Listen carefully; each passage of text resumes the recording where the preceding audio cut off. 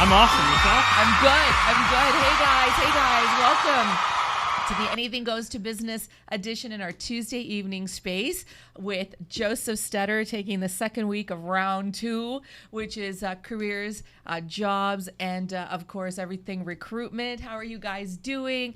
So great to be here. I just want to do a shout out to all the viewers, all the supporters, as always. Hope you guys are having a good week so far. Thank you to Frequency 5 FM and Maria and Joseph, of course, my co-host on Thursday nights, Julia Scalise, my baby girl at home, Felicia. It's been a good week so far, Joe. What do you think? How have you been? It's been a great week. It's been a good week. What's new? What's exciting? Well, I'm house hunting, which is an experience in itself. How's that going? What's interesting is this ties into kind of my expertise. I've actually left messages. There's a new construction that's happening. Yeah. And I've left 3 messages saying, I'm ready to buy a house. Yes. Your prices are this. I was pre-approved for even more than that. Yes. I'm ready to give you cash. Oh. I'm still waiting for a response. 3 messages. And you're wanting to give them cash. Yeah, my message is I have money to give you. I'm ready to buy now.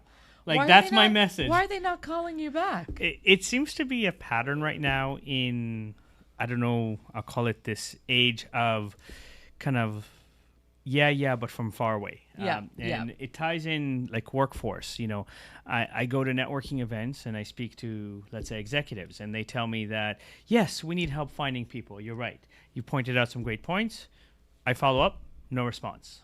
Phone call, email, text, nothing. But in that moment, it's we need. Sounds good. And then when you're following up, everyone seems to be too busy to do anything about it, or there's no right? sense of urgency. There's no sense of understanding that, you know, their time and my time are equally as valuable. Yeah, and yeah.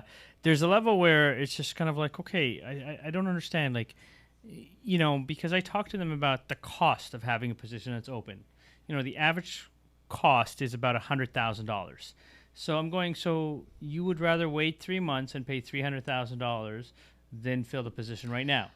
And to hire somebody at $50,000 or $75,000 or $100,000, and we're going to get into some interesting stats about this, you guys. But before we do that, when you talk about, I have money to give you to the developer for the house, you know, I'm here, I'm waiting to give you money, I'm excited. It kind of sounds like me when I'm like, I'm ready to give you my 3 decades plus of expertise. Let's do this. I'm ready. Well, never say 3 decades because that scares people away. Okay, well, see, that's another thing, okay? Why does it scare people away?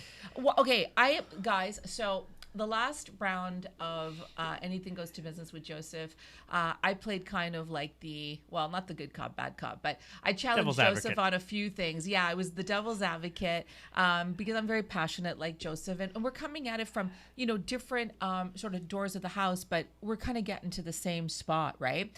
And it's that old analogy where it's like, you know, people, companies, employers, you know, I don't think that they don't value that 35 years of experience and knowledge and insights and wisdom, because you don't get to that without going through it, right? But then when it comes time to hiring or paying or whatever, all of a sudden they seem to have a problem that you're not 35. So what's going on there? It's a couple of things that take into consideration.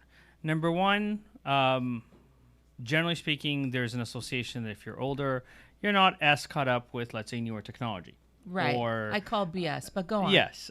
Again, I didn't say that I agree with it. I just said this is the perception. Yes. The second model is that if you're more mature in life, then you're not going to be willing to stay the overtime hours to get work done because you have a family, you have other priorities. The third part of it, and this seems to be a very, very scary trend right now, where there's a mindset of I can save money by hiring less experience. Call BS on that too. But what happens is companies end up hiring more people because the younger generation theoretically are considered to be the smartest generation of all previous generations combined. The problem is that there's so much information coming at them that they don't know how to process what's real and what's not.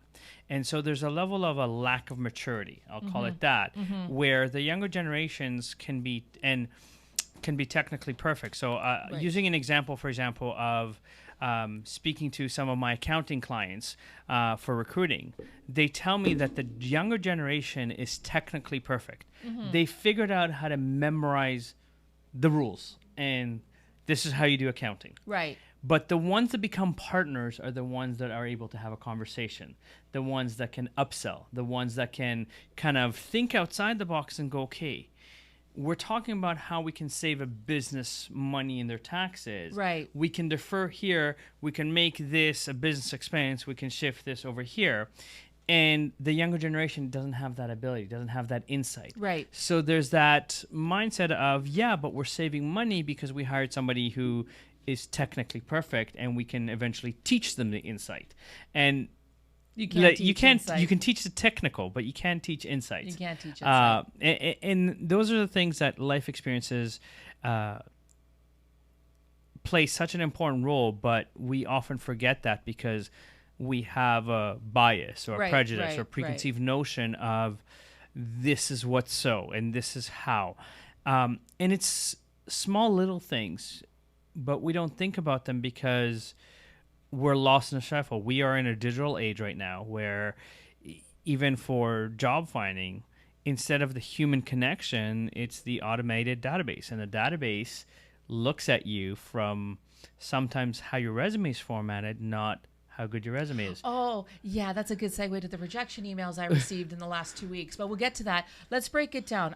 You guys, let us know who's watching. I'm going to get to the comments in a minute. Let's break it down to the three things that you just said about the age or the age issue, if you will. The first one you said is there's and again, I do appreciate what you said is there's a presumption or an assumption or a preconceived notion. I appreciate that you said that because it is subjective. It really is. I know for myself, now working for myself, I'm working longer hours than I did before. And before 30, 35, 40, even up until 45, 50, I was working excuse my French, a shitload of hours, and I was having a growing family. So I don't think that, I think it just really depends on the situation, but let's break it down. So you said that there's a preconceived notion that that older employees won't be willing to work the overtime required because they have families to get to, right? Or kind of are a mindset of, I paid my dues. I don't need to do it anymore. Okay. How accurate is that, do you think? How accurate an assumption is that? Again, the key word is assumption. There's an expression that says you should never make an assumption because it makes an ass out of you and me. Yeah. And so at the end of the day, if you look at what's going on right now as an industry-wide, saying, okay, I'm going to save some money, I'm going to save a little bit of salary, I'm going to hire somebody new.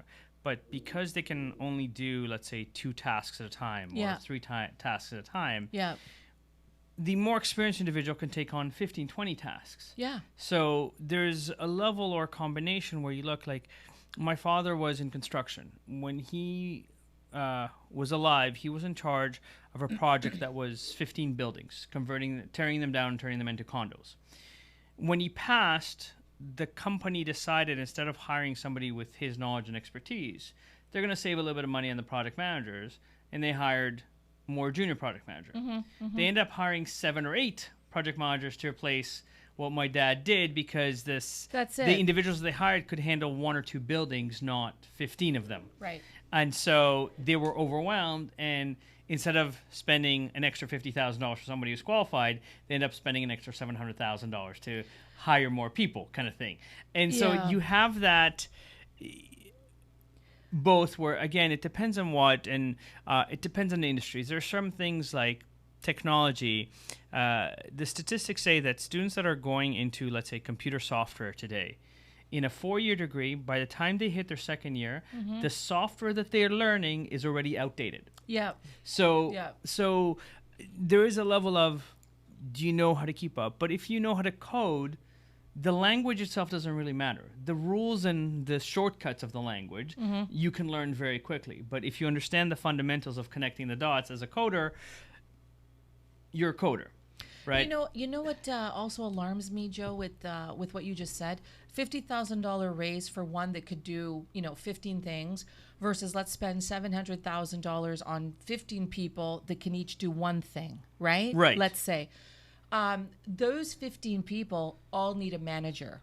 So now Right. you've got managers that are managing a lot more people, right? Yeah. And let's be honest here, right? When you're managing a lot of people, managing people is a full-time job and a half. So I feel like a lot of managers, while I think they enjoy managing people or not, depending on who you talk to, when do they have time to do their day jobs, like their actual duties and roles, right? So one I'm gonna person challenge versus you even more, and 15. here's Yeah. there, and it's not, the one not for 15. There is, I'll use the word epidemic, and a symptom of we've lost the art of communication. Yeah. We are texting rather than speaking. Yes. And that applies to many things. Now, good leaders, and I'll use that, will have read books like The 1 Minute Manager, that you can, instead of spending 5 hours in meetings discussing and regurgitating and going And through, having more meetings. you can kind of go, what's working? What needs to be fixed? Do we have a game plan? Right. No. Do we have suggestions? Right. And so the people that understand the philosophy of the 1 Minute Manager can get, let's say, the high-level, C-level meetings done in a half hour. And then their day is free to actually do what they're supposed to be doing, Yes. as opposed to be stuck in a meeting. There's a mindset that and again, this ties into me being a corporate culturist, that a lot of organizations go, oh, yeah, we understand how to do corporate culture. We do a lot of little things, but they don't understand tribes. They don't understand communication styles. They don't understand personality types. And so you have this one-size-fits-all equation that is becoming redundant, because I'm finding even in simple things, there isn't the follow-up. People are reaching out, yeah, I want to talk to you about this. And then when? I went... Yeah, that's it. When? Right. like It never y- gets you know, done. and it's a win from a perspective of I went to meet with a prospective client that owns an insurance company. 2.5 weeks, phone, text, email, no, not one response. It's like, okay, so either you want to get going or you don't. Yeah. And even if stuff is happening, at least have the decency to say, I'm sorry, this has come up. Yes. And this pattern of, I'll use the word ghosting, whether it's jobs or dating or Oh, yeah. there, Oh, it's yeah. become, and the Why problem is with it so some, prevalent? because we don't want to have confrontation. We don't want to deal with something difficult. So it's a lot easier to go, I'll go away, eventually you'll forget about it. But it actually causes a bigger problem because there's no closure. Well, and not only that, if you're ghosting in a social environment or a dating app environment, that's one thing. But when you're doing that and your credibility is so important and your brand is so important, and you're trying to find a job and network and get opportunities with companies and individuals, the fact that you do that once, okay, twice, okay. But if you're known for doing that, eventually I think it catches up to you, and people are just going to be like, well, they don't care enough to want to, pursue something or work or Again, and this is happening right now in a set level of, are we looking at short-term immediate cost, or are we looking at long-term impact, for example? Right. So there's a lot of things that are happening right now around the world where people see what's in front of them. They're not looking at, are there opportunities to improve? Are there ways to collaborate? Are there ways to get things going? So it's one thing to have an executive say, we're going to do this for our staff. We're going to start this. And there's a step being taken where some initiative has been taken. But if there's no follow-up and there's no communication about the initiative, eventually people just go, okay, I guess it wasn't a priority. I guess it wasn't. Yeah, and it just doesn't look good on the mission or the person or the potential collaboration, right? But again, it has to do more with the fact it's priorities, or it's a lack of kind of forecasting and a lot of planning, because there's a level of yeah. Like, look, I get it. Life happens. We've all had, like, I'm gonna do this, and this today. You wake up and you have a massive. Do any of it. You have a massive 6 headache. o'clock at night. Right, you have a massive headache. You have whatever. Other you have things family come up. situations. Yeah. That kind of, I'm not dismissing that in any way, shape, or form, and I understand. I speak from experience. Right, we all have that. There's a level of, okay, you know what? It's very easy to restore integrity by apologizing and say, you know what? I'm sorry I didn't get to you earlier. This came up. And the moment you say, I'm sorry, that there's an energy or a bond to kind of renew it. But you're following up with that person. You were taking the initiative to say, I haven't forgotten about you. I just can't get to it right now. I'll this has come up. And you're still staying in contact, but to not be in contact for a week, 2, 4 weeks, 3 months, that's just unheard of. And then when but they it's come not. back to you, That's unfortunately, that's the way that business is being done right now. Yeah, I shouldn't say unheard of. It's common, but it's unheard of in the context of it's not acceptable. Yet it seems to be this thing about it's acceptable because a lot of companies are doing it. A lot of people are doing it. But again, a lot of companies are doing it under the umbrella of, for example, is Canadians, and I use that term loosely. Yeah. Canadians don't like confrontation.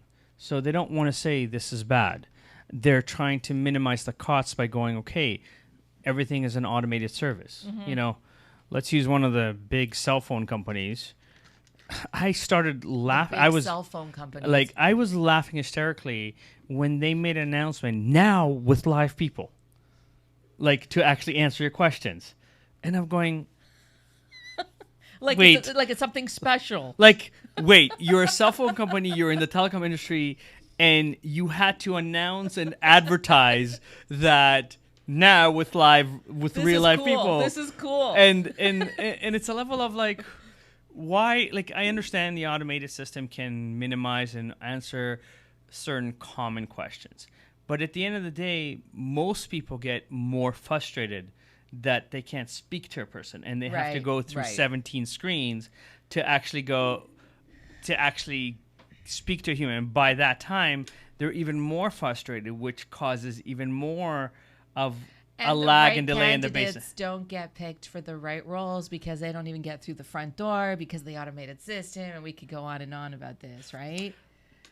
Look, but yes, but it's also, again, there's a difference between sending an email and saying, I'll use LinkedIn. I love LinkedIn as a tool. But the amount of daily messages I get with, hey, I don't know anything about you. I read or looked at your profile for 3 seconds. I can redo your website, and I can... you get a lot of those. And it's like, okay, but you haven't asked me a question. I had a gentleman that I accepted the friendship request on Facebook, for example, and instantly he told me that he's involved with cryptocurrency and he's got a platform that can make me a lot of residual income. Sounds like the same Facebook friend request that I and I said, I know about crypto. With. Yeah. I said, I know about crypto. I'm not interested now. And then he just started going off on me like, don't be so afraid. I'm like, you don't know anything about me. You don't know anything about my background. You haven't asked a single question. I said to him, I know what it is. I have access if I want to invest. Yes. I don't need your platform. And he just started attacking me. And I started laughing and went... He got really upset? He got really... Like, in the Facebook, he's like, you're afraid, you don't understand. And I'm just like, okay, but you're right. I don't understand about residual income. I don't understand about this. So in a 3-second chat that you've had, not even an actual conversation, but an actual typing chat for me, you've decided that you know better than me what is right for me and when it's... I'm going to interrupt you right now. Right now, I'm going to interrupt you. I have to say this. Well, the automated tracking systems, that are checking out the keywords on the resumes do not know me either, do not know my story. They're basically discounting and doing away with good people because they don't take the time not to be lazy and actually use a different platform, whatever that is. Maybe you and I will come up with one. But anyway, whatever that is, to actually have a phone conversation or an interview with people. And the thing is, they know nothing about whether I can do the job or not. And at the end, yeah, like Joe, I could be there going, are you kidding me right now? Like this, that. I could call them up and go, you didn't even meet me. But at the end of the day, it's kind of like, not acceptable as in I have to be happy with it, but it's just kind of the norm right now. And so there, I guess where I'm going with this is where most people struggle to find a job. And there needs to be an etiquette around certain things, I think. And I'm going to touch this because I touched a little bit on this in the first session, and I want to go back to this. Can you hold that thought? Yeah. You hold that thought? Yeah. Okay. Guys, I just want to say hi to a few people. Julia Scalise, I wonder who that is watching. Vortex from Dubai, all the way from Dubai. Thank you so much, is watching. We got Germalyn Patricia Barnes in the house. How are you, Germalyn? Great talking with you today. Again, Germalyn takes our fourth Tuesday of the month segment on dating, relationships, and marriage. It's really great. All the folks on our Tuesday night platform are fantastic. Joe Stetter is watching. Also wonder who that is. Germalyn says, hello, my friends. Rena Rovinelli is watching. Great to see you on here, Rena. It's been a long time. I hope you're doing well. Arturo Flores is watching. Thank you so much. He says, good night, everybody. Jimmy Jimenez, I wonder who that is watching. He says, good evening. So nice to see you, Jimmy. How are you? How's everyone doing? Thank you so much, you guys, for tuning in. If you've got any questions for Joe or myself, or you have any comments, anything you want to throw in terms of your own experiences with jobs and careers and recruitment, please let us know. And I also want to do a bit of a side note to say that there is a difference between jobs and careers. Yes. There is a difference. And Job Joe, stands for just over broke. Right? Just over broke.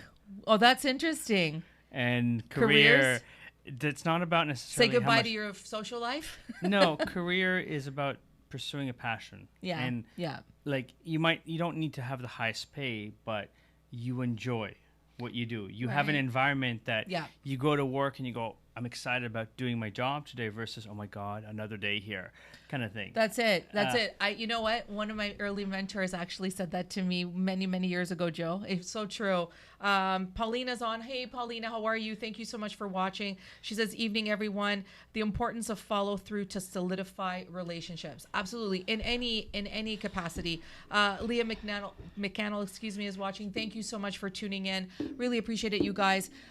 Sorry, go ahead. You had a thought, and then I want to get to point number 2, which I think is really, really important, where you touched upon I'll get to that, but where you touched upon like the age issue, and how there is a presumption with companies that older folks are not in tune or well-versed or able to deliver on the digital marketing, social media technology side or of even things. look, but it's also the high level of running around. It's the high level, like the energy put into, like, you're just go, as opposed to slow and steady plotter. So it's not necessarily that you don't know just social media. It's a matter of, for example, the energy. Because if you're leading people that are, let's say, half your age, are you able to connect with them? Are you able to relate to them? And that is part of the psychology behind it. And it's really unfortunate, and I get upset more and more as we have these conversations, not at you, because you know how much fondness I have for you, but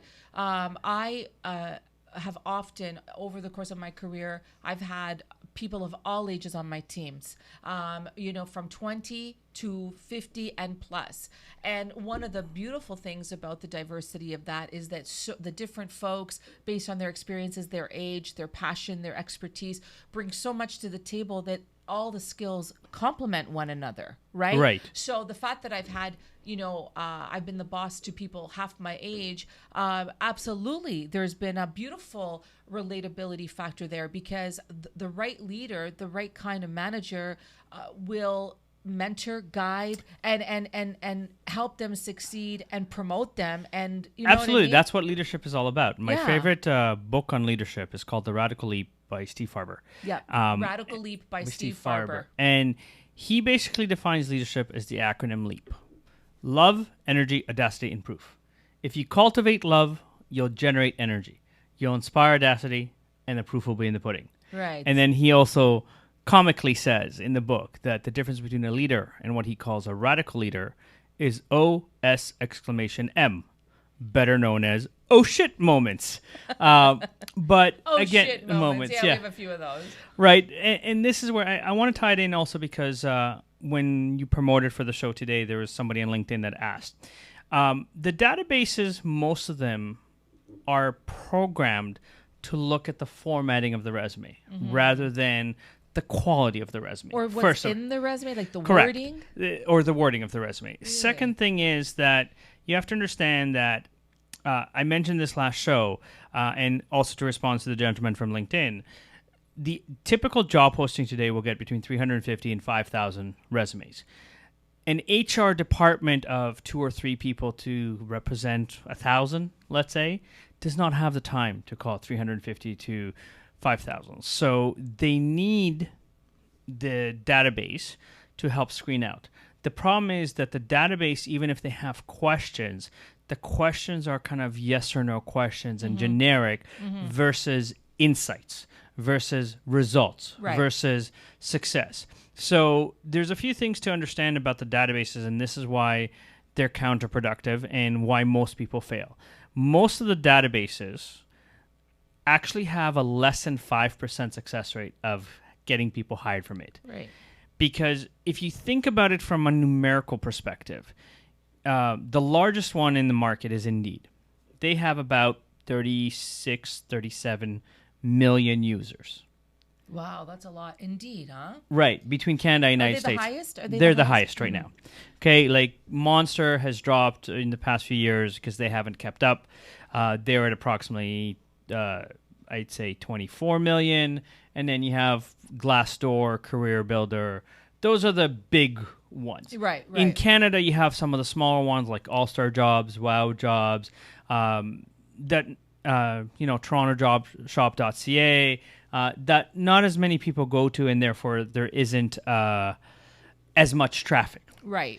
And some of the companies will go, well, if you applied from some of the smaller ones because you actually had to research them, I'll respond to you first because we know that everybody's on Indeed, but not everybody's on All-Star Jobs, for example. So are you saying that it's a better strategy or a more effective strategy to go on some of these smaller sites where there's less traffic, and then if you apply, the chances of you being viewed my are strategy higher? is to apply through 10 different sites, for example, Right. for the same posting. Right. And if the company responds to you and says, stop applying, we got your resume, they don't like your resume, number one, but at least they saw it. Yeah, at least they saw it. Yeah. But there's a level where I can speak from my own experiences that some of when I was working for other people, the way that we screened, it was like, okay, don't call from this place or this place because we know that's common. Oh, okay. So call all the other ones first, and if you don't find anybody good, then go back to the mainstream, for example. So that's part of the mindset. The other thing to understand is the databases score your resumes in 3 ways, and most people don't understand this because this is a major mistake for most people. Number one, they score your resume. When was the last time you actually touched it? So if you posted a resume in November and you haven't gone into it, we're now in February, you're on page 750. So, sorry, Joe, I know you mentioned this once before. Explain it again so that even I can understand it. Like, so you're saying, so let's say I have a resume that I updated, I don't know, let's say I updated it 5 weeks ago, okay? Right. And I used it to apply for a number of jobs. So here's the thing. If you applied 5 weeks ago, yes, you're not current. Now, the database... I'm not current, though. On the database. Which database? The company's database? No, the job finding database or the like if you're going through Indeed to get to the company's website. Yes. The posting is connected to Indeed. So if you haven't touched your resume or done anything for 5-6 weeks, you're lost in the file. So the posting is connected to Indeed, not the resume, not the job. Sorry, not the actual job posting. It's both. So the resume. I'm going to use a simple example like Craigslist Kijiji. I don't know if you've ever posted to sell anything there. Never. Okay, or even Facebook Marketplace to try and sell something. If you get the free ad within, let's say, 3 hours, you're already on page 20 of items that were listed to be sold. Right. If you wait 2 or 3 days, you're on page 60. Right. So no different with your resume. if you haven't touched your resume on Indeed for 5 weeks, Yes. you're now on page Okay. 400. So Okay. the trick is, so most of the databases like Indeed and Career Builder and Glassdoor usually refresh their database between 11:45 p.m. Yeah. and 2:45 a.m. Okay. So depending on when you go to sleep, go into your resume, add a space beside your name, save it. The moment you press save, you're actually a brand new resume in the database. So I understand this. Okay, guys. Okay, hot off the press, just so that I understand this. All right. Let's say I used my resume this morning Right. and I sent it to one job posting or 20 job postings on Indeed. Right. But again, sending it and the resume that you have saved on Indeed are two different things. Right. But Yeah. then let's say, for example, tomorrow comes and I see another job posting on Indeed. If I were to send my same resume that I did 24 hours earlier, that same resume is still attached to yesterday on Indeed. But if I go in and instead of putting a comma, I put a semicolon and save it and send it out, it's seen as a fresh document. Correct. So every time you make a minor change to your Okay, resume, this would explain a lot. right? So this every time, explains a so lot. if I look at even in the banners here behind us, so like you see how it says follow us, Yes. you go beside follow us, you put a period there. Yes. Save it, erase the period. That forces the resume to be in the refresh of the daily new resumes. So recruiters or employers that are looking for people, not necessarily your resume that you sent, but looking through the database, will actually see your resume on Indeed because it's fresh. Is this It's a silly question? Is that assumption or that process associated with me saving my resume on their database, right? correct. Okay. But what if I, have it on my desktop and I send it out to 10 different companies? Again, it won't matter or it will matter? It won't. It's both. Okay? In that it will matter because it does date stamp it and time stamp it. Right. So okay. it is fresh. But similarly, if companies have posted something for a month and they didn't get a candidate, they will do the same thing. They will go into their job posting, Refresh it. add one sentence, take it out, add a word, and then it's a brand new job posting. So when you look for it, it appears as a brand new job posting. It's the same job But it's posting, the same thing. but they just basically did something to refresh it. But it gets in front of you. Correct. So if I did that with the resume, it gets the resume in front of them. Correct. Let's say. Correct. So it's Okay. more likely to be seen. So there's three ways that your resume can be seen. So the first is, when was the last time you touched it? So you need to go in every night Yeah. and do any minor thing. Go anywhere in your resume, click spacebar, press Font save. changes, font change, font size, font. You don't need to do big changes. Right. It can be very, very minor stuff. Right, Like right. literally put a period, save it, erase the period, incredible. Yeah. save it, Yeah. right? So that's the first thing, because people just leave it and go, hopefully somebody will see me. Yeah. Nobody will see you. No. Because I can tell you from my own experience as a recruiter, let's say, when I get a new job posting, I reach out to my network first. But if I have to use databases, right, I go to the most fresh. I don't go, so yes. I'll spend an hour or two looking, and then I Yes. save the search and have it emailed to me daily. Yeah. So yeah. I only look at the resumes that are emailed to me daily. I don't look at what's on the database on page 700. It's like going on Google. You always stick to page 1, right? Or 2, possibly 3, but you're not really going to page 25 on Google. It's Right. the same analytics. Let's get back to the comments. And Joe, this is very good stuff. I want to continue talking about this. I know we only always, in the interest of time, because I want to get so much in here and I want everybody to hear Let from me just you. finish the other two Yeah, points because of they course. overlap. So the second thing that the mistake that most people do when they write a resume is that they When write they write a resume? when they write a resume Mm-hmm. and then post it. Is that we've been taught as a society in Western civilization to fill the resume with action words: managed, direct, liaised, coordinated, all that. Mm-hmm. Now, here's the thing. If you look at the job description, it says, do this task. Right. Meaning, like, if I use you because you're a marketing person, direct mail out, website, blog. Those are the words that I, as a recruiter, am looking for, Right. not manage, direct, liaise, coordinated, Right. that most people spend the majority of their resume trying to do. And in doing so, what's happened is that we're getting the generic, I know how to do this. So I'll use sales as a background. Just because you sold lemonade when you were 10 years old does not make you a salesperson. But if you go, I know how to do sales, great. Do you know how to do business to business sales, business to consumer sales, business to government sales, right? Direct sales, account management. Cold You calling. haven't you haven't given me the actual sales words. All you've said is I know how to do sales. Right. Whoop-de-doo. So it's very Generic. Yeah, very. It's generic. generic. Yeah. So you have to feel, if you look at the job description, yes, there's fluff in the job description too, but there is, you will do this on the job. So as if you're working in accounting, you will do financial statements, you will create reports, you will create budgets, you will create schedule, those are the words that need to be in the resume that not enough people understand Right. and put in. Right. And the way that the databases score, they also score where those words appear. So if those words appear on page 2 of your resume, that means that your experience is old. That means that Yeah. you're irrelevant in part. And the third thing that this, I would say 95% of people have no clue about. And I know this because I'm the one that consulted Monster to implement this. Okay. Is that the databases score how much these tasks that you need to do, how close they appear to your name. So if you go, How closely they they. appear to your name. Okay. Because when the database starts scanning, it reads the lines.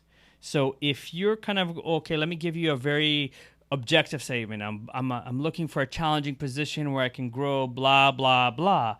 That has nothing to do with, in your case, digital marketing, print marketing, campaign, this. None of those words appear there. So then I go to the next section, and usually the next section is a watered down, fluffy. I have 30 years of experience. There's no I've fluff worked, in 30 years of experience. I'm not let me just- tell you. but the wording for it is there. I know how to do this, this, and this. I've managed a team. Yeah. You still haven't told me any of the words I'm looking for. Right.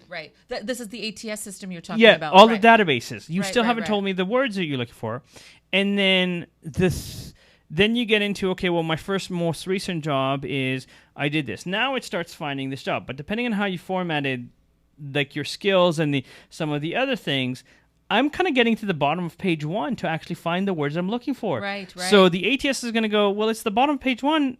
I still haven't gotten what I'm needed. Then what I'm needing. then you're not matching the job description, and therefore you're not there. So Yeah. I don't But like. what if it's up at the top? What if it's near the middle? What if it's there? But again, it's also how many times it's repeated, because this database Oh. scores like, did it appear once or did it appear 15 times on your resume? Right. So you can say it under the skills. I like to call it areas of expertise because it sounds more professional. Yes. Right. And then I like to have a selected highlights, which is the highlight reel of who you are. Yeah. Because now you have the words. So when you do, like, let's say the areas of expertise, and all you need is the word and just whatever star or icon that you want to separate it, all of a sudden you have a grouping of 20 to 60 words of your profession. So the database goes, ooh, I found a lot of words. I like that. Then it starts reading it through and goes, ooh, I found it again. Score you higher. Yes. And score you higher. Yes. So the more repetition you have and the closer you bring it to where your name and telephone is, Right. the higher you score as matching on the database. These are all massive nuggets. I'm just sitting here shaking my head going, oh my God, all of this. But I get what you're saying. So, I do get so you what you're happens, saying. most Yeah. people is kind of like you said, I posted it on Indeed 5 weeks ago. Yeah. I haven't heard anything. Yeah. Or I actually I didn't wrote. I didn't actually post my resume or save my resume on Indeed. That's why I But was you asking should, the because question. recruiters or employers will look at it. Yes. So if Haven't you're had trying, any time. fair enough. But if you're trying to expedite the Haven't had process, the time. then post it. But Yes, go in every yes, day, Yes. make any silly change And stay save it. relevant. And stay relevant. Yeah, yeah. And then make sure that, yes, you still need the action words like manage, direct, liaise, and stuff like that. But don't focus all your energy Yeah, on I that. don't have too much of that. Focus on the results and focus on the actual words in the job description Mm-hmm. that are the tasks Yeah. that you'll be doing. Yeah. Not, I know how to do this. Because it's like, I can say I know about social media marketing. Yeah. By no means will I charge someone for social media marketing, because Right. I'm not at a stage where I'm going, here you go, my social media has 100,000 likes on it, for example. Yes. Am I taking courses to better understand it? Yes. And that's part of being more aware of it. Of course. But in the same respect that, for example, on social media, if you don't post for a week or two and there's no responses to anything that you've posted it's previously, gotta be consistent. then you Yeah. become irrelevant in Yes, part. yes. It's no different with your resume. Yes. But in order to be relevant, not only do you have to be recent, but you also have to give information that's not just, yeah, I'm a good hard worker, and And I'm yeah, going to interrupt you. I think that relevant on social media or in generality is different than oversaturate. There's got to be, so in other words, like sending out your resume to 10 sites and then calling them and following up and following. It's a bit overkill, but I know what you're saying about it's got to be timely. It's got to make sense. It's got to be, strategic. right. It's So got for the to- job finding, you right? don't need to do as extensive. Yeah. Once a day, Yeah. go in and go minor change.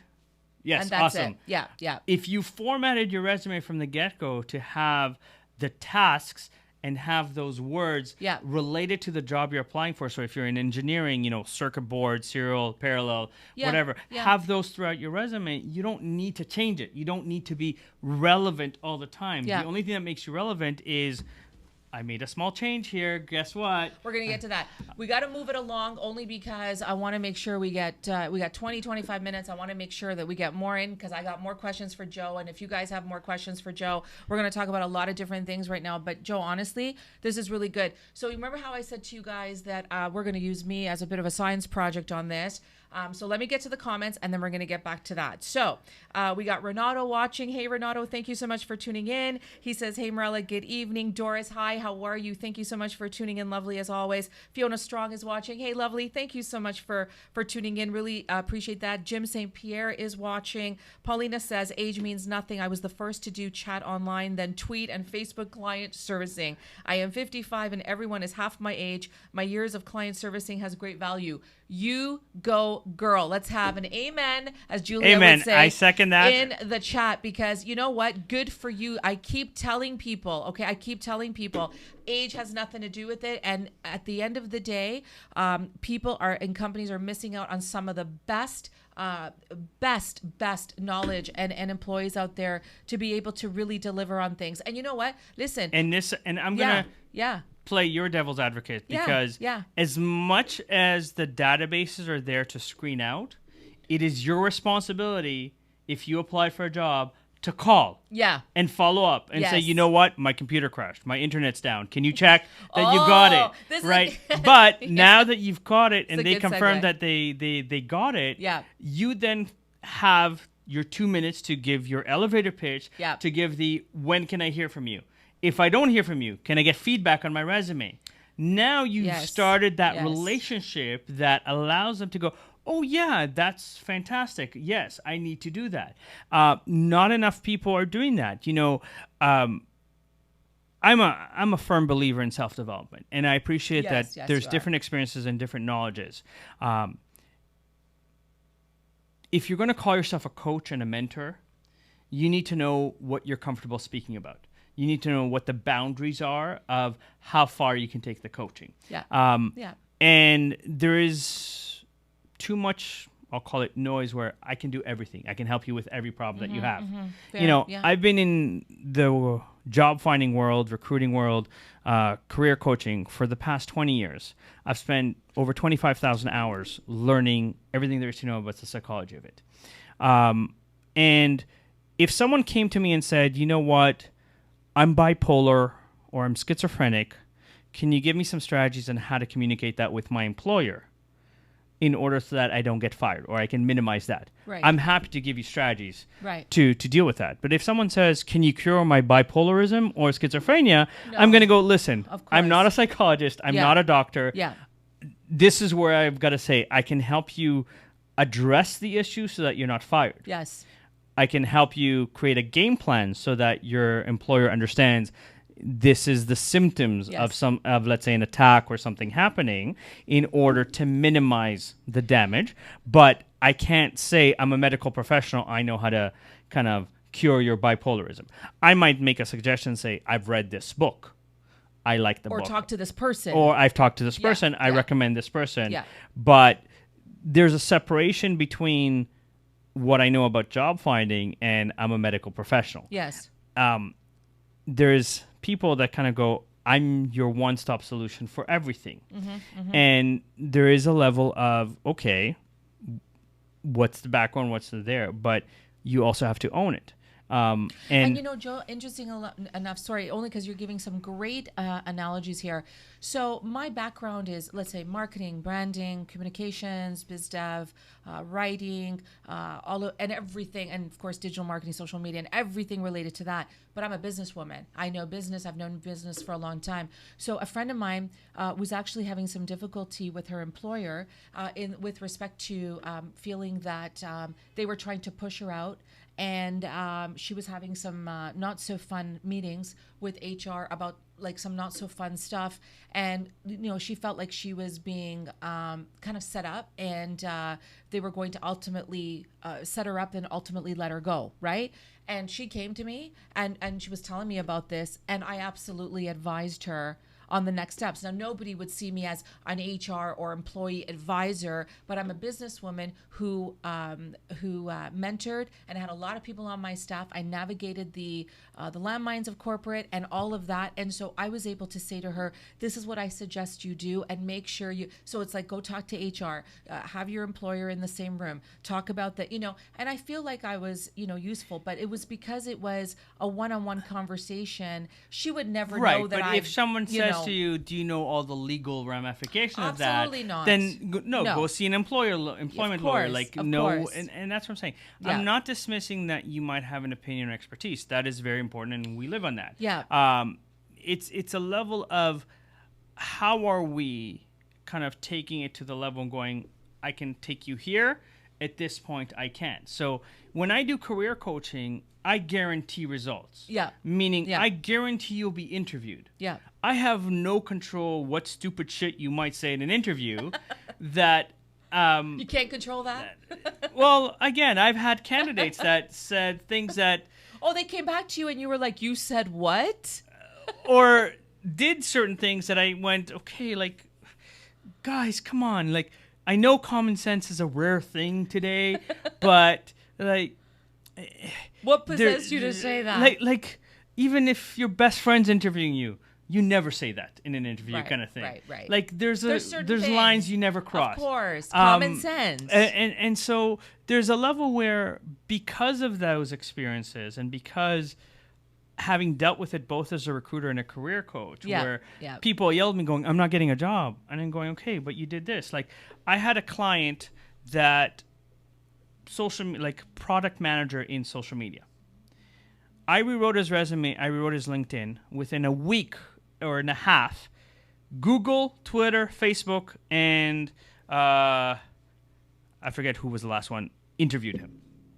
When Google interviewed him, they said, can you send me this proof of whatever work you did? Yeah. And he's like, yeah, I'll get back to you. And he didn't send it for a week and a half. And then he wondered why Google left. And then he yelled at me that I didn't do my job. Why did he take so long to get back to them? Because want he Google? had other things to do, or kind of thing. And I think, it's like, I think, and I don't know, he if you're and then looking he for called work and Google's calling you, maybe you should get back to Google. I don't know. Right, and then he called me and said I didn't deliver for him because he hasn't been hired yet. And I went, wait a minute, I wrote your resume and your LinkedIn profile. They were so good that Snapchat was the fourth company. Snapchat, Google, Facebook, and Twitter called you within 2 weeks. Yeah. And did a first interview with you. Yeah. So I got you interviewed with the 4 largest companies in the world. But at what point is there a fine line between you coaching on the resume and the career and what you have to do in the interview, and those folks having to place accountability on themselves? But again, it goes back to, for example, I sent out 1,000 resumes. I didn't get a response. Why didn't you get a response? Are you looking into it? Are you calling the company and saying, okay, I understand you didn't hire me, but can you give me feedback? Are you checking, let's say, resumes of other people to see that there is a level of comparison, especially those that are gainfully employed and seem to be easily gainfully employed? It just seems like I think that coaches like you, Joe, get easily dumped on because it's like, let's say you coach me right down to the very finite detail for an interview, and the interview's at 2 p.m. and it takes me half an hour to get there, and I leave my house at 5 to 2. I'm going to be late. Is that on you? Do I blame you for that? But look, and this is where, and it's a fine line, and this is where I want to give a personal shout out because I'm very excited to be participating. Robert J. Moore is doing the Guinness World Record for authors signing, and I'm going to be part of that event. Now, he sent a few emails saying, I need you there at 8 a.m. to register. Yeah. You need to bring your ID, put it in your name lanyard so that the Guinness records can verify and sign. So yes, I have my own book, but I'm excited to be part of that event. I'm smiling, and I appreciate that's my book. And I'm appreciating. Yes, it is a gift for you for personally autographed and returned. But I appreciate that he's not only sent me an email, but he's posted a few social media posts to say, look, there's been a lot of work to make sure that this Guinness World Record happens. There's been a lot of planning. There's been a lot of effort. There's been hiccups, but I'm dealing with them. And at the end of the day, he's reached out to make sure that I know I need to be there for 8 a.m. He sent the address multiple times. He's being thorough about organized it. And coordinated. And I appreciate that because at the end of the day, come Saturday, I'm certain we're going to get that Guinness World Record. And for me to say I was part of that, it's a huge thing. And then down the road to go, listen, maybe I can coordinate with you. I can leverage. Let's do something together because you were so precise in this. There's a level of like, let me also reward you. Like, let me give you money incentive to introduce me to certain people, for example, because you have a network. But there's a level of you can't say I'm going to put together an event and promote it a day before the event or 2 days before the event and then wonder why nobody shows up. Exactly. And so it's the same thing with the job find. You can't just say, I sent a resume, I'm waiting to hear back. If you're not getting a response, you need to check, is your resume hitting the database? Yeah. Is HR even seeing your resume? Because again, they probably if and again, I speak from my own experiences on this. When I worked in finance, I applied to 8 different positions in the bank. I got hired for one of them. A month after I got hired, I got a letter in the mail saying, thank you for applying. We'll keep your resume on file. I took the letter to HR and said, should I be worried about my job? HR looked at me and went, oops. Okay. Automatic letter. So speaking of which, and we got to keep this moving, but I want to just say, because a few people are tuned in here, Robert Moore says, I've been lucky as I have not had to write my resume for over 15 years, which is amazing. And Robert, I was in that. I didn't have to write my resume for probably 15, 18, 22 years. And now, as you know, at this part of my life, things have changed a lot. And we're using me and my resume and my situation and my tenacity to try to disrupt how things are done and work with Joseph on this to try and figure out how things are done in the hopes, or how they should be done in the hopes that we can help other people as well. So that's awesome, Robert. Good for you. Lorna Dillon is watching. Lorna, how are you? Thank you so much for tuning in.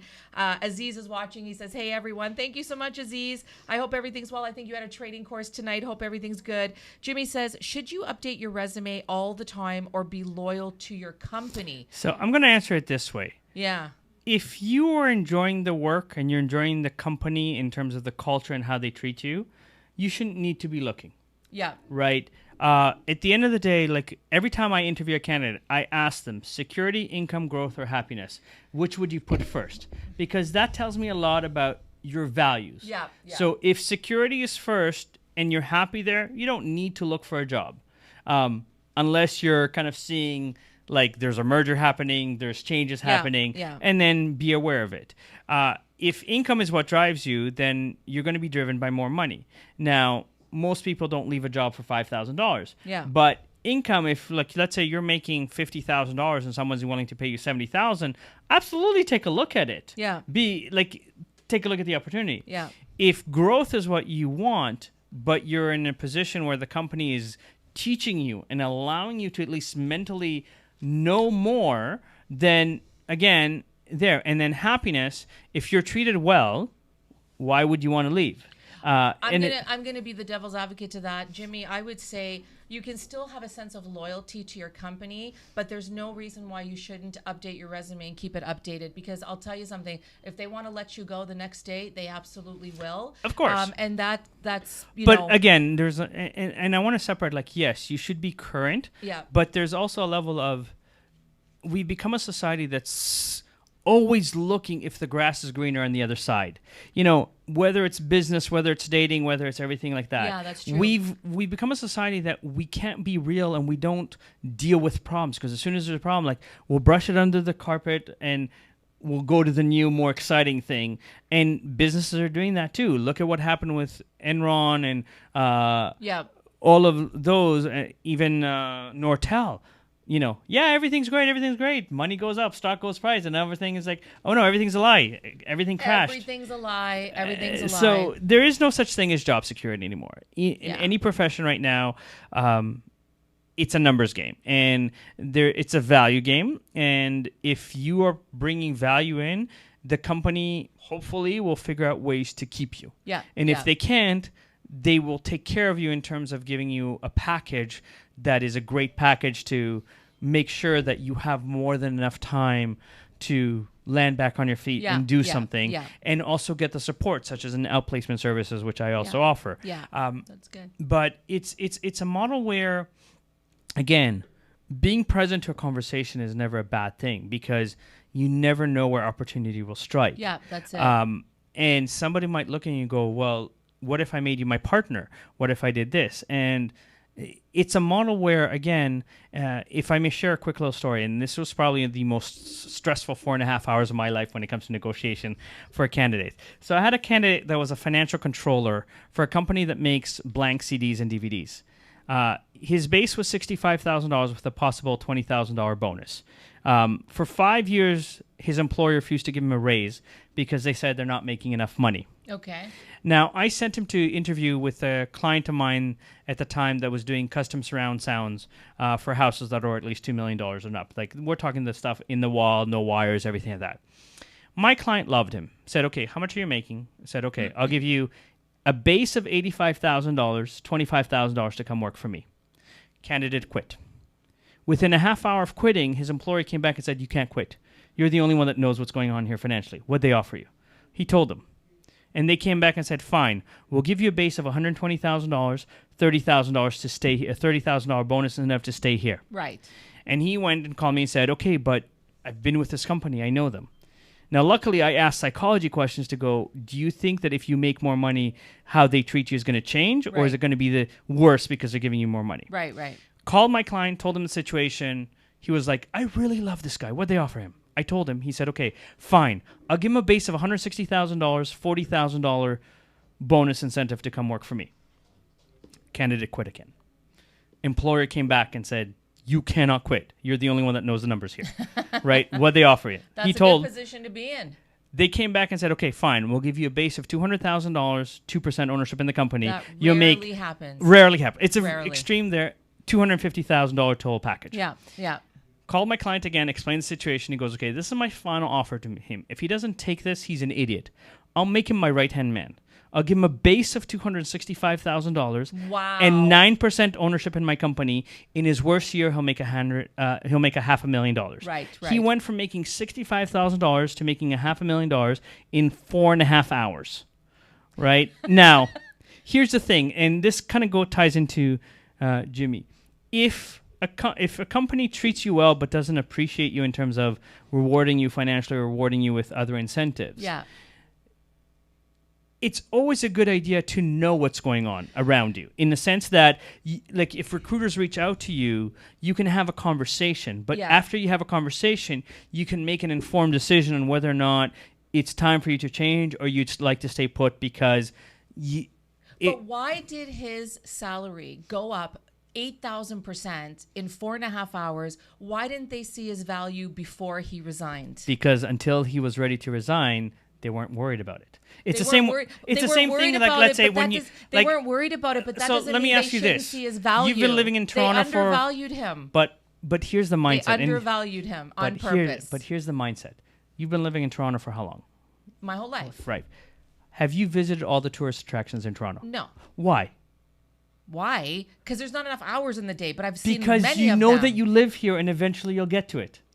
It's not a priority. Yeah, okay, but hold on a sec. It is okay. It's not a priority because I can go visit. I'm gonna go pay my ticket to get in there, no problem, right? But they're gonna make money from other tourists going in there, whether I live here or not. But those employees that work for the company, eventually, if they leave and they're the only ones that know what they're doing, it's gonna cost the company. The company. But again, needs the to be companies smarter. don't. But that's the Companies thing. need to They be don't smarter. recognize that. Companies that need to be this is smarter. where you need to create a 5-year Guys, game plan sorry, for. can we keep the chatter a little to less extent, please? Sorry, I'm hearing Right. lots of chatter in the Right. studio. But this is what I'm saying is, not everybody's driven by money. Right. So if you create a 5-year game plan in each of your tribes in terms of departments, Right, because right. it can't necessarily be a company thing. Right. It's a department thing. Right. So someone that's, let's say, an IT professional that just wants to learn new technology. Right.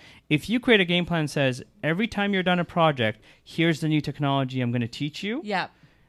they're not going to leave you even if the pay is low because they're happy with the fact that they're learning. And there's a level where again, if you're not driven by the money, you don't need to pay the money if that's not the request.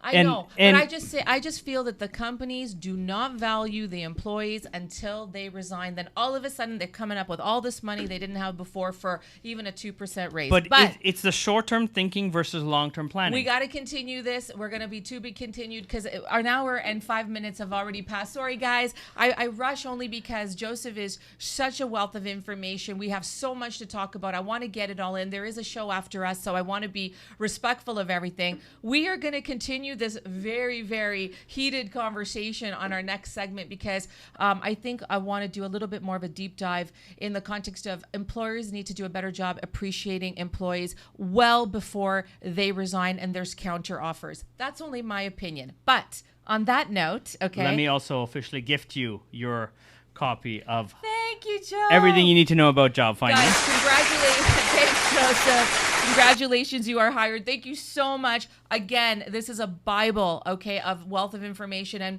on the next segments, we're going to be taking some, some excerpts from here, and we're going to look into them. But before we sign off, we're going to do our final thoughts. But before we do our final thoughts, you guys, I really just want to say, give a few shout outs to a few more folks. Julia says, such an amazing episode. Thank you, baby girl. Robert says, I love it. He said, we sold out the Guinness World Records event. And you know what? I'm so happy for that. And you know what? It's a testament to the passion, the purpose. People are believing in it, especially when you're saying, if you're planning an event, you're executing, you're keeping people, in the loop, and it's executed accordingly, and you bring people together, and everyone's there for a common goal. You know what? I think, what's the saying? We're better together, right? Right. So, Robert, well done there. Rosemary is watching. Thank you so much for tuning in. Aziz says his training was good. Arlette is on. She says, hello, friends. Hi, Arlette. How are you? Thank you so much for tuning in. Elena says, great conversation. Joseph, you are amazing. Absolutely. Thank you very much. So I wanted to just quickly, if I could, I stored a few of these rejection emails on my email. And the reason I want to bring this up, you guys, is I said to Joe, I wanted to do a bit of a science project over the next several months. And I wanted to do sort of a before and after my resume as it is, which, by the way, Joe did take a look at it.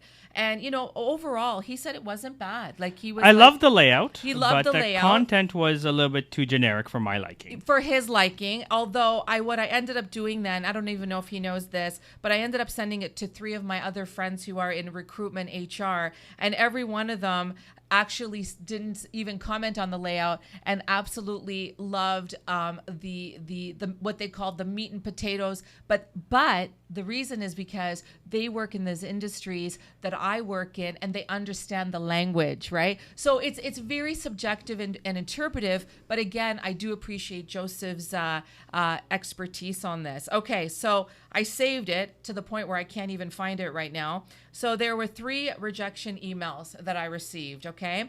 One of them was for a chief strategy officer that had like the marketing and branding component. And it said, "Dear Mirella, thank you for giving us the opportunity to consider you for employment. We have reviewed your background and qualifications and find that we do not have an appropriate position for you at this time. We appreciate your interest in so-and-so and wish you success in your job search." Again, didn't meet me, didn't interview me, didn't call me. It was just, like a Automatic responder. automatic response, right? Then there was another, sorry, guys, Joseph, please. There was another, sorry, guys. There was another email that I received, and it said, "Hi, Mirella. We are following up to let you know that position you've applied for has been filled. We do appreciate your interest and hope you continue to check our website for available positions in the future." And this one was for like a head of marketing and brand, okay? And then the third one was, "Hello, Mirella. Thank you for your interest in joining the so-and-so team. Unfortunately, we have decided not to proceed with your candidacy for this role. I know this wasn't the outcome you were hoping for, but we wish you the best of luck in your search." And again, it was for like a head of marketing, business development, and branding, right? And listen, there's a million reasons probably why. And in fairness to Joe, because I was going to ask him some questions about it, he hasn't seen the job descriptions for it, so I wanted to... But I can tell you by default, Yeah. if you were candidate 101, Yeah. they only look at the first 100. If Yeah. they receive 350 to 5,000 applicants, they're not looking at your resume by default. And they won't have time to talk to me in person. Number or 2, call as I or- mentioned yeah. last week, or last time I was here, there's a level of sometimes they've already hired somebody, but until that person passes probation, Yes. they keep the job fresh, and then they just send rejection letters saying, well, we're waiting to make sure that they pass probation. But they're not going to say that to you because that's rude and that's not Yes. Canadian. Yes, and that's not Canadian. Yeah. And what I'm going to do, you guys, is this, okay? For the next few episodes, number 1, I am updating my resume based on Joseph's really great insights, and then I'm going to send them out again, and we're going to see how we do. But also with these 3 companies, I'm actually going to follow up with them as soon as I have a minute to breathe, and I'm actually going to follow up and see who I can actually talk to over there to have an exploratory discussion about their processes and the fact that I submitted a resume. I'd really like to find out how their operations work. Would somebody give me 20 or 30 minutes? And we'll see if they even take my call, let alone give me a meeting. So I will keep you guys posted, okay? Well, again, if you want them to take a meeting with you, be creative. Offer them creative. something. A gift, insight, Right. I've had candidates, for example, that would buy a box of Krispy Kremes, put their resume inside it, and send it to the department. I've had people Or that... delivered in person. Or delivered in person. I've had people that knew that a particular executive likes a certain newspaper. So they came in at, 5 a.m. to catch the paper delivery guy You're and put in kidding. the resume in each section of the newspaper, for Making a example. note, 5 a.m., catch the newspaper delivery guy. Okay, final thoughts. But, Go. at the end of Very the good day, idea.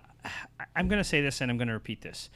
The more you are proactive and different than everybody else because you actually reach out, because you follow up, because you follow up again, the faster the results will come to you. Yeah. Because if you're just waiting on the databases or you're waiting for a response, it's like, I know that you do the anything goes on Thursdays, on the dating apps, swiping left, swiping right, and then waiting for someone to fall in love with you because they saw a picture kind of thing without any conversation or without any follow-up. Oh, like, if it was that or easy. Yeah. just let's text. I would love conversation. Let's text, but not actually meet or not Yes. actually speak. Yes, So yes. be different. Add a little bit of personality to your resume. It doesn't have to be something major. It could be a little bit of color. Could be, boxes. Could be icons that are different. Like, so go to insert symbol and choose a symbol that's not a circle or a square or an Right, arrow because right, those right. are boring. Right. If you go to Microsoft Word and go to insert text box, there's preset layouts that you can add that even if you're not a graphics person, it's very easy to do to actually have a little bit of personality in your resume because, again, if an HR person sees, let's say, flips through 350 resumes, they're all black and white, and then there's a tiny bit of color. Yeah. Mine's the all color. Right, but the eyes are going to be drawn to the color, so you're going to be put in the yes pile just because you caught attention. Yes. Doesn't matter what puts you in the yes pile. Yes. As long as you're there. I have to tell you, okay, I am going to go see these companies, and hell or high water, I'm getting through the front door. I'm going to talk to somebody. But this is a great project. I'll keep you guys posted. Joseph, I know it's always only an hour and 10. I want to thank Frequency 5 FM. There was just some chatter in the studio, you guys. That's why I was getting a little, if you noticed me trying to just get the attention of, because you might not hear it, but I do. And I really want to make sure that our flow and our conversation continues and consistent. And, you know, we can really deep dive into some of these, conversations that we're having. I want to thank all of you, first of all, for tuning in so much. I really, really appreciate it as always.